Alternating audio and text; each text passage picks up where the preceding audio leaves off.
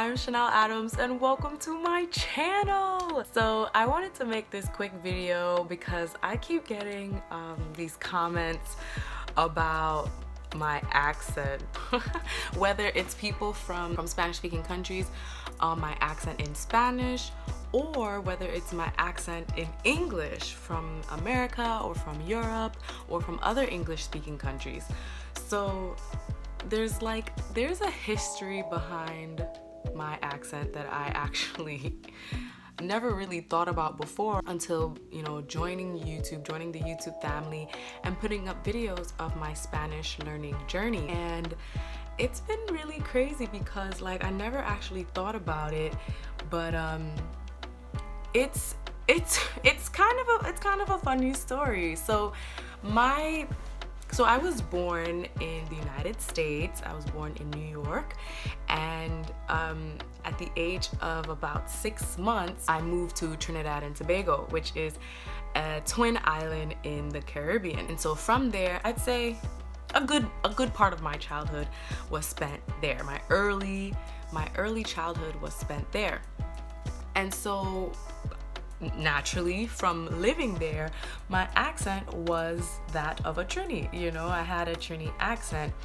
And then I ended up moving back to the United States at the age of 7 or 8, around that time. At first, it takes some time to actually adjust to, a new country. I guess in my perspective it was a new country. Even though I was born here, it was still a new country. Everyone sounded strange and it was really cold. And so I just remember thinking wow, everybody talks like how they talk on TV. I just remember thinking that. Then I started school. Starting school was an experience because not only did people make fun of me, but people thought I was Jamaican, which people who don't know much about the world, about different countries, and they're 8, 9 years old, that's the only experience, that's the only accent they knew of. And honestly, the Trini accent does not sound like the Jamaican accent. It is night and day. Very, very different. But that's the only thing they could compare it to. So I just remember thinking why do they think I'm Jamaican? I don't even sound like that. And I kept getting bullied because of my accent. And so I remember after saying enough is enough, I would go home and train myself how to speak American. So I would watch TV and watch movies and just copy how they talked. And also my mom, she wanted me to speak proper English. So even though she's from Trinidad and Tobago and my whole family is from Trinidad and Tobago, they spoke proper English. So they didn't speak the dialect only maybe amongst their friends. But even my mom says growing up, her mom, which is my grandmother, kind of forced them to speak proper English in the house. So she wanted me and my brother to speak proper English. So it wasn't a stretch to speak grammatically correct English. But I did go overboard with it because I was bullied in school. So I taught myself how to speak properly. So I actually pronounce every letter, and I'm very strict about how I speak. Now, so there's that. So there's the mixture of Trini and American, but standard American English. And then growing up in New York. So in New York, they have their own accent too, depending on what part of New York, but I'm originally from Queens. So in Queens, there is a specific accent and you can tell when someone is from Queens. And so, it's funny because after being bullied for how I spoke because I had a Trini accent, as years went by, I got made fun of because I spoke white. So now I'm sitting here wait a second. So before I was speaking Trini, it was a problem. Now I'm speaking an American accent and it's a problem, So I tried to speak I don't like to say speak black, but I try to speak in a more urban way, which after a while I just stopped because I was like, listen, that's not me. Now there are times where I am like talking with friends or something and it just comes out naturally, but like my natural speech, this is really how I talk.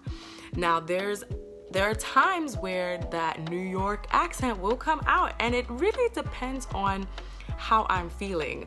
And some of my really close friends, they know like how I feel. So when I'm joking around and when I'm really like just trying to laugh, like my Trini accent will come out. So it'll but it has to happen naturally. I can't just do it, you know?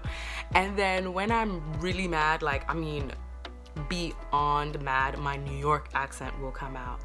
And then when I'm just being my regular old self, this is how I speak. And so those are the 3 layers that have influenced my accent. Now fast forward to adulthood. So at about age 23, I'd like to say, at 23, I started to seriously learn Spanish. You know, I was, taking classes in high school like everybody, but who actually gets fluent from those lessons? Not me. I definitely didn't. I got A's on my tests, but I didn't get fluent.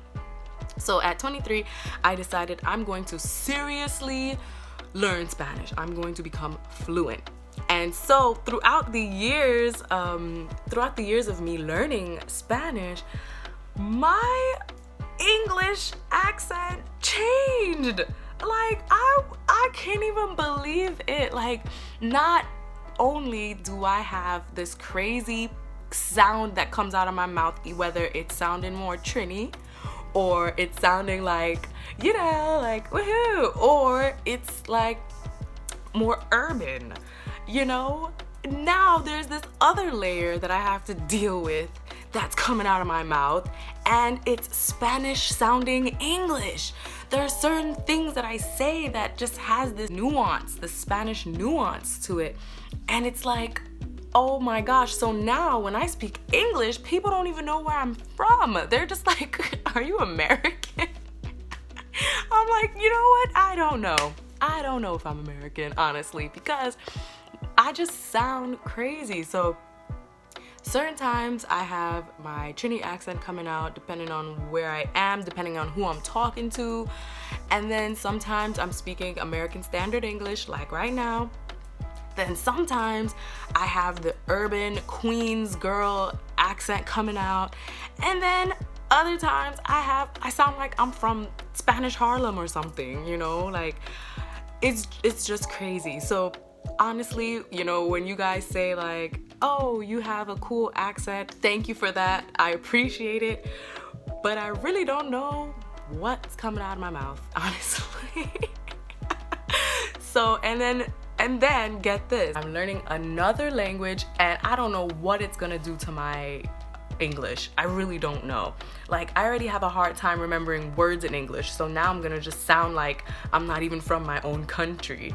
So we'll see how this plays out itself. I really hope that my American accent doesn't go away forever, because I kind of like speaking English and I kind of like my native language.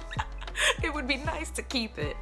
And also, I teach English online, so having a proper American accent is very valuable to my profession, and also I'm a flight attendant and speaking clear is very important as a flight attendant. So I think I'll be okay. I think my accent is not gonna go away forever. I think it's just with certain things and depending on who I speak to and depending on my mood. I guess I could see it as a cool thing.